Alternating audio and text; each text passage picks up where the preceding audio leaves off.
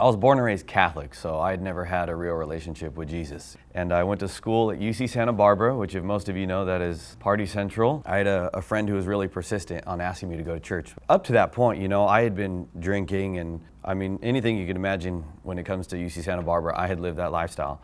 So for me, I knew though, I was a little bit depressed, a little bit unhappy, like trying to fill voids here and there. And so finally, I went and just out of respect for him, but the whole time the message, I felt like the guy is speaking directly to me. I was able to get away from all the old sin and really start to pursue the Lord. So I was really starting to grow in the knowledge of His grace, and it just kept hitting me on the idea of that I was really redeemed, changed. My old life was old, and so I became really eager to serve Him. It's like, Jesus, I want to serve you, and so I signed up for every ministry I could think of, and I was just like waiting for a call. And you know, the children's ministry, I didn't even like kids. The young adults, I was shy. I mean, all of them. And nobody called me back. But about the same time, I picked up a book. It was actually by Francis Chan called Crazy Love. And in that book, he talks about unreached people. And to me, like, my mind was blown. I had assumed that everyone had heard of Jesus Christ and lukewarm Christianity. I was that. And so I was like, okay, I don't want to be lukewarm Christian. So I want to give my life to you.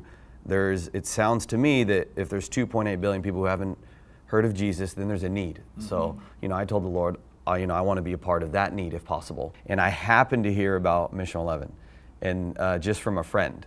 And they're like, you know, we're taking people to Africa. And I'm like, psh, I don't want to go to Africa. Like, what do I want to do over there? Well, I get talked into attending a service where they have a welcome back service, where the team comes back, they share the testimonies of what happened. And so I'm sitting there and I'm seeing all these people about my age. And not only did they go to Africa, they went to unreached people.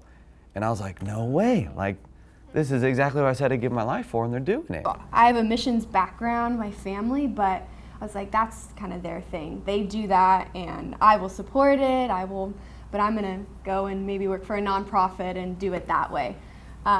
So I was seeking that out, but when I transferred and was really into my major courses, I was sitting in class and it was like, I have business colleagues who are passionate about this. I'm good at it because I can dedicate myself to my work, but there was zero passion behind it. There was no fire behind it.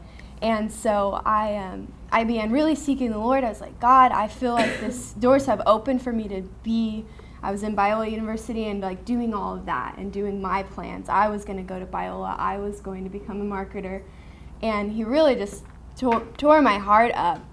Everything I listened to or sought out was all about missions and doing more with my life than this. It mainly came down to the point where I was like, I can't come to the end of my life and meet Jesus and say, well, I was a great marketer, you know?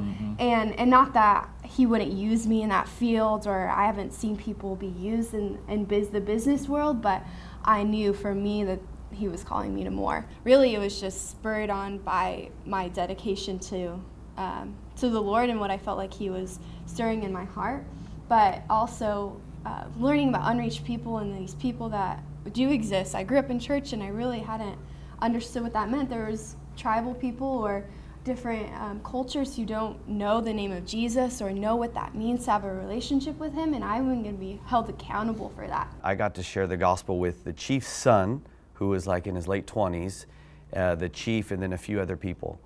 So just the response of like, you know, who's this Jesus man? Like the way that they referred to him is like, who's Jesus man? You know, God's story is a good story. And things like that, I was like, it was just reasons of why I'm going to commit my life to it and why they needed to hear. My first trip was to Indonesia, and a little snippet of that is, so we tell chronological storytelling from from creation to the cross. So Jesus' story in its fullest, and Old Testament and New. I got the opportunity to tell the story of Jesus' resurrection. So really you kind of have that pressure, and it's like, oh man, it's real. You're telling it to someone who's never heard it. For this one lady, she came up with complete sincerity. She was crying her eyes out. And at that moment, like I've described it as, I felt in that moment that my heart collided with God's. And just to be a part of something like that, I felt so humbled and like, I'm not even worthy of this, but just to see what God can do, obviously here, but in a tribe who's heard for the first time, and this woman accept it for the first time. It was amazing. Okay. So we had gone to Indonesia in late August, Okay. and we went in to find tribes, and we found 3, the Kawe, the Biga, and the Matbat. And they were all in this central location, a place called Raja Ampat, if you ever look it up. And we show up in Sorong, which is the port city of West Papua, Indonesia, and we're just meeting with the local AG and with a few of our interpreters from last year, like, hey, we want to go to these places. Do you know anything about them? Do you know how to get there? And can you get us there? And things like that. So like, hey, can we bring a team with you guys to talk about Jesus? Will you give us permission to live with you? Can we eat your food? I mean, everything. Wow. Yeah, and so we got to live with them for a week, actually, which was pretty amazing, just to kind of see what their life circumstances were. We focus on first looking for the tribe, finding the peace man in the tribe, the man who gives us the permission. Usually it's the tribal leader. In this case, they had a Dutch Reformed church, so it was a pastor.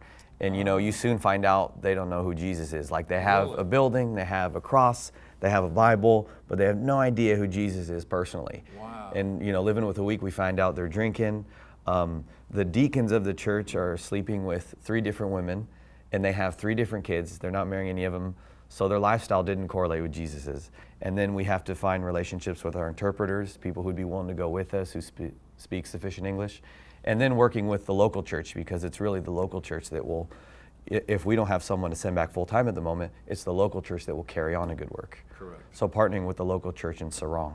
We are seeing the expansion of different Mission 111 schools opening up in Bakersfield and Covina, and some opening up in Soul Kitchen, and we have some in Canada and Sweden and Indonesia this fall. So it's pretty exciting to see what God is doing, and we need pioneer missionaries. That's the need, is laborers. Jesus said Always. it perfectly. The laborers are few, so we're seeing that, but God provides every year.